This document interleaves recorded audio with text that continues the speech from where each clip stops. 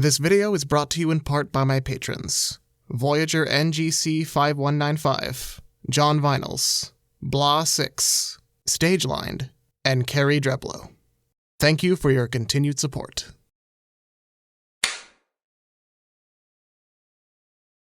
There are many different versions of how Santa Claus came to be. Of course, there's the real-world historical figure of St. Nicholas, who was renowned for his altruistic generosity, or the much older Father Christmas, who represents the spirit of Yuletide merriment. But in the past century, we've seen many take a crack at the various mythos surrounding whom we now call Santa. Be they in classic literature, like L. Frank Baum's The Life and Adventures of Santa Claus, television, such as Rakin and Bass's Santa Claus is Coming to Town, or in comic books like Klaus by Grant Morrison, which features an utterly jacked Santa ready to beat the ever-loving crap out of a roided-up demon Krampus for the sake of children everywhere. God damn, I gotta read this comic. Alas for my violence-loving monkey brain, however, this is not the Klaus we're talking about today. As indeed, while there are many interpretations as to the origins of Old Saint Nick, some more homicidal than others. Hey you! What's that? None of them quite hold my interest as one of the more recent offerings from Netflix, also named Klaus.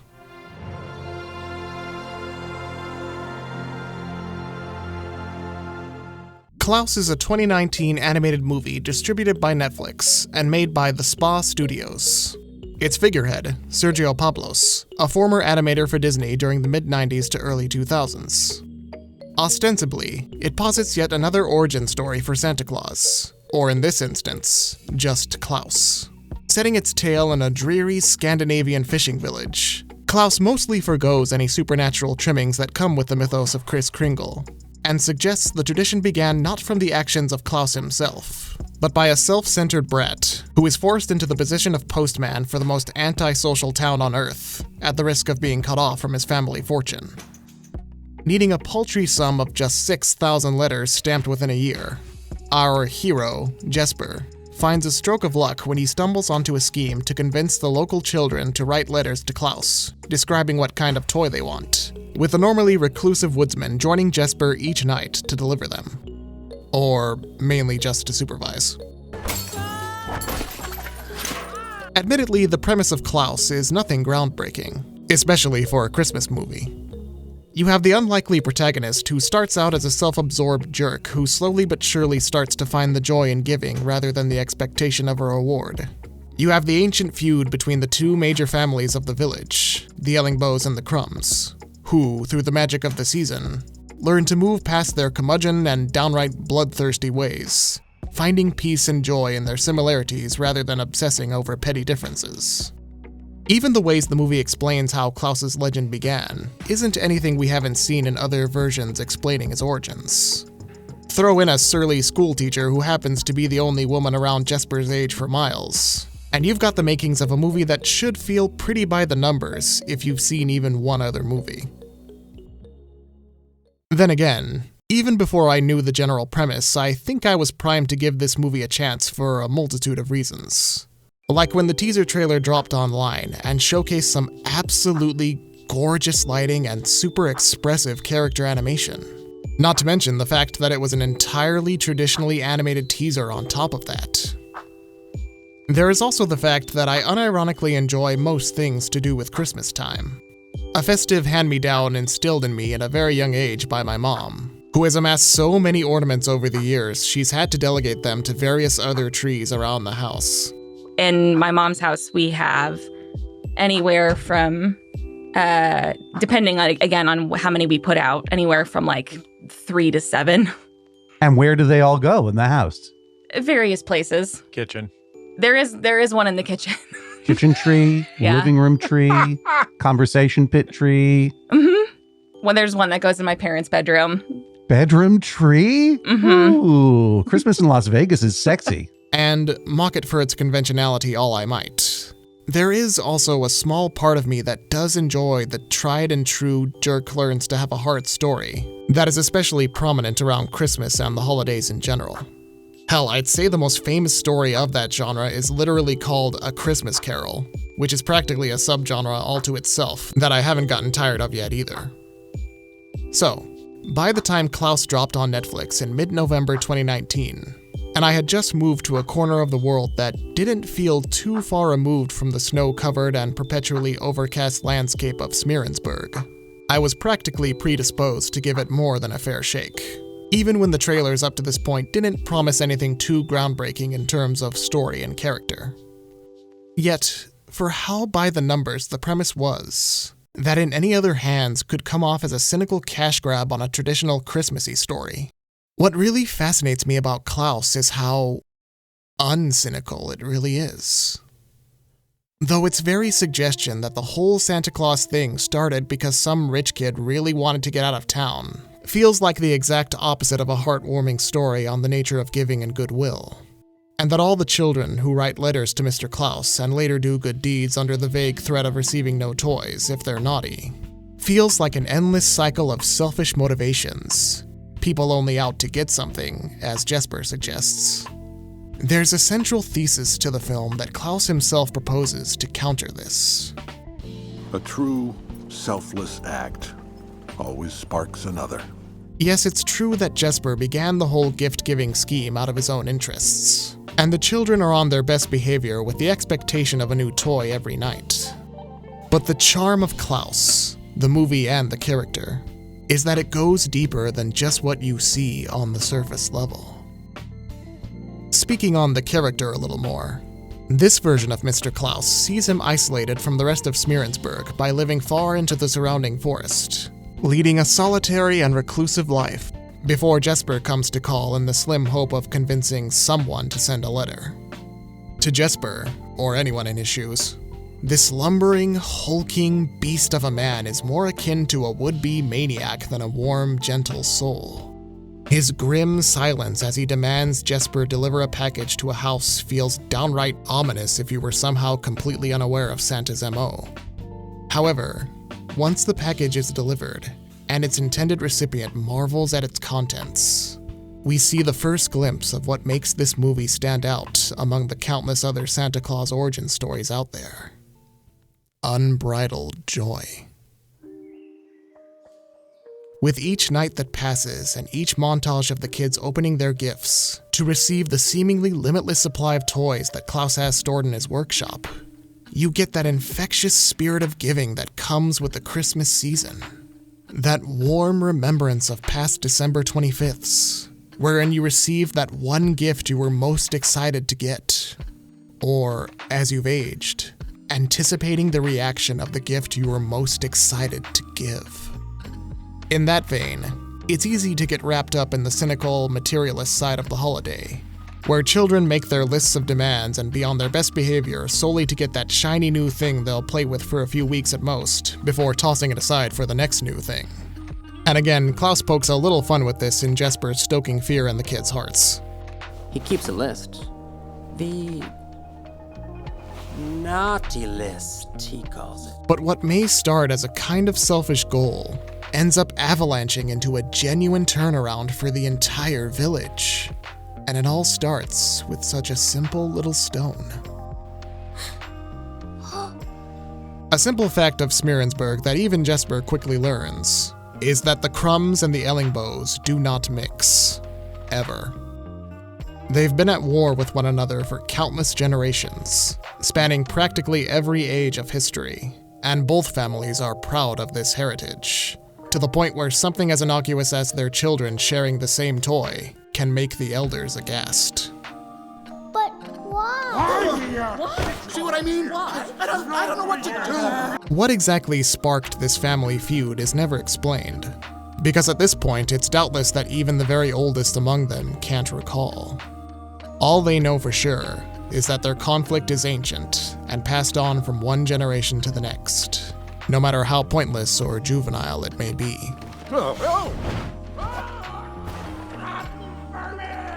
But children are not predisposed to hate. This doesn't mean that they're perfect angelic cherubs or anything, only that they emulate the behavior of what's around them. Their malleable minds easy to mold one way or the other. This is why several of the children in the village already show some troubling signs of carrying on the cycle of hate that their parents, grandparents, aunts, uncles, cousins, twin sisters, nephews, former roommates spread. Not helped that the adults refuse to send their children to school at the risk of intermingling with the enemy, quelling any chance they might receive in learning what's beyond their icy borders, or the edge of a sharpened pitchfork. Left to their own devices, however, the first instinct of the Crumb boy isn't to shun or threaten the Ellingbow girl into staying away from his new toy. And the Ellingbow girl doesn't think much of joining him in chasing it beyond that first moment's hesitation. It's easy to forget if you're an antisocial adult who spends what little time he has in the world making video essays. Is that too specific an example? But making a new friend for a little kid is literal child's play. Only when the parent intervenes in one way or another are their perceptions changed, for good or for ill. Jesper, for his part, doesn't discriminate between the two families either, eagerly spreading the word around that if the kids write a letter to Mr. Klaus, they'll get a new toy by the next morning, dismissing those who don't know how to write at first, before getting the bright idea to expand his market and suggest they go to school.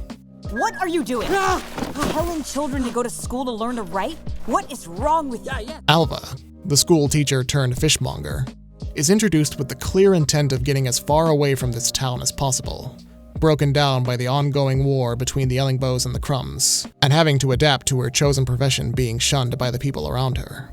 And though she clearly started out with good intentions, she's more than a bit rusty when the kids show up asking to learn their letters, reluctantly teaching one girl how to spell her name if they'll leave her alone. Really? That's my name? Wow. Can you teach me more? Please? It's often easy to forget how much we take for granted until we see it through the eyes of someone who's never had it before. The first toy we ever received, the first time we ever spelled our own name, the first time we read a book. Let's go! You learning, yo! You learning how to read! You learning! That's what it is! Let's go! Let's go! The importance of education can't be overstated. And when Alva sees the genuine spark of interest in the children beyond just wanting to write a letter to get a gift, she starts to find the spark that led her down the underappreciated path of a teacher to begin with, transforming her doleful dungeon into a vibrant beacon of unbridled joy, and refinding that same joy in herself. And, homework. I forgot about homework. You know what? No homework. Am I the best teacher ever or what? As the children partake in more and more good deeds to get on Klaus's good side, one starts to suspect that, much like with their motivation for going to school changing from a need to a want, they start doing these good deeds more because they genuinely want to. Speaking from the perspective of someone who has trouble keeping his house clean even now, when I was a kid, there was always a clear difference between doing something because your parents told you to for the 5th time, and doing it completely of your own volition. Did you clean this up? Oh, yeah. Thanks, Bluey. Ooh. It's easy to take for granted how rewarding doing a good deed is all by itself, and how infectious that feeling is when you spread it around.